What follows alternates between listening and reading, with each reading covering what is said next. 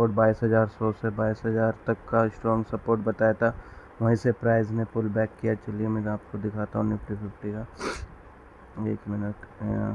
ये देखो, यहाँ पे मैंने बताया था स्ट्रॉन्ग सपोर्ट, ठीक है। ये देखो 22,100 से 22,000 तक था, वैसे यहाँ पर सपोर्ट था, और प्राइस ने वहीं से प्राइस का रिएक्शन दिखाया है। और वहाँ पे जहाँ पर मैंने बताया था यहाँ सप्लाई जोन है, देखो प्राइस यहाँ पर 300 पे ओपन होता है, 320 तक जाता है, फिर वहाँ कंसोलिडेट करता है, वहाँ होल्ड नहीं कर पाता है, फिर वन साइडेड डाउन जाता है, ठीक है। फिर 22,000 तक 100 तक जो मैंने बताया था वहाँ पे अच्छी प्रॉफिट बुकिंग हुई होगी, लेकिन यहाँ पे हमें इंगल्फ तो कुछ मिला नहीं था, तो हमें इंगल्फ नहीं मिला था, तो शॉर्ट की तो अपॉर्चुनिटी नहीं थी। हाँ, हमें बाय का लॉन्ग मिला था। यहाँ पर हम देखें तो यहाँ पर हमें इंगल्फ मिला था, यहाँ पर हमारा 2:1 होना चाहिए था टारगेट। ये देखो यहाँ पर इसने रेड कैंडल, ये वाली रेड कैंडल बनाई, फिर उसके बाद एक ग्रीन कैंडल ने कवर अप किया, फिर हमारी यहाँ पर एंट्री बनती थी, स्टॉप लॉस होता है इसके नीचे दोनों कैंडलों के, और हमारा टारगेट होता 2:1, यानी आराम से आपको इन्हें 2:1 दिया है। 315 आपकी एंट्री होती है 123 के पास, और आपका टारगेट होता है 315, यानी आराम से आपको 200 पॉइंट की रैली मिल गई होती, ठीक है।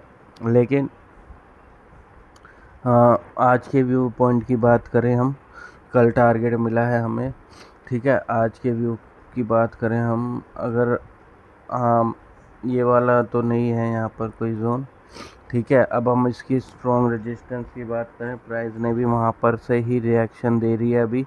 22,550 से 600 मान लो, राउंड नंबर 22,600 से इसका एक स्ट्रॉन्ग रेजिस्टेंस है 600 तक, और 22,420 से 22,600 तक इसका स्ट्रॉन्ग रेजिस्टेंस है। प्राइस वहीं से गिरेगी वन साइडेड।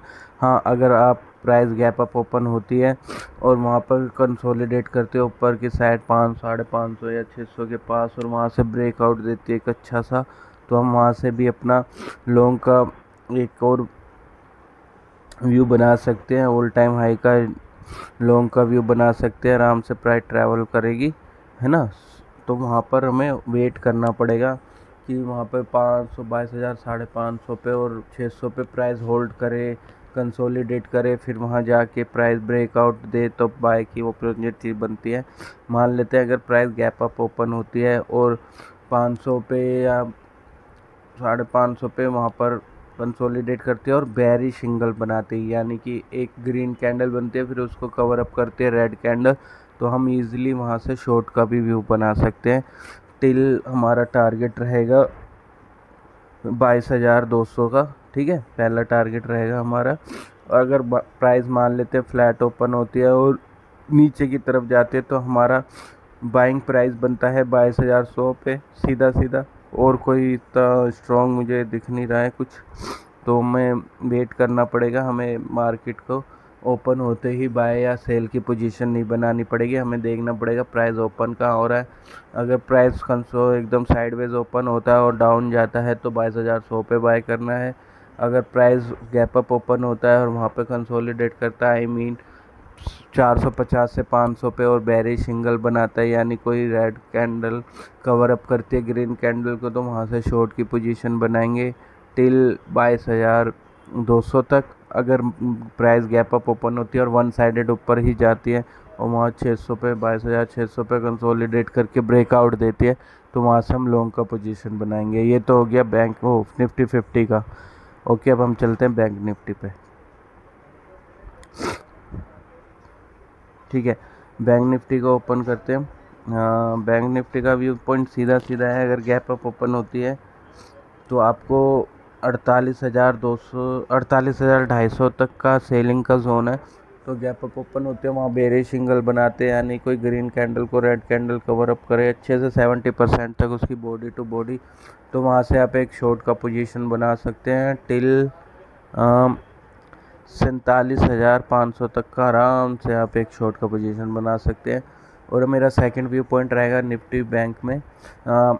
अगर प्राइस गैप अप ओपन होती है और वहाँ से ब्रेकआउट देती है 48,250 का एक ब्रेकआउट देती है, तो नेक्स्ट रेजिस्टेंस रहेगा हमारा 48,900। लेकिन 48,400 पे भी एक है रेजिस्टेंस है, उसको भी मान के चलते हैं कि 48,400 तक का ब्रेकआउट का आप वेट करें, फिर उसके बाद ही कोई व्यू पॉइंट बनाए लॉन्ग का।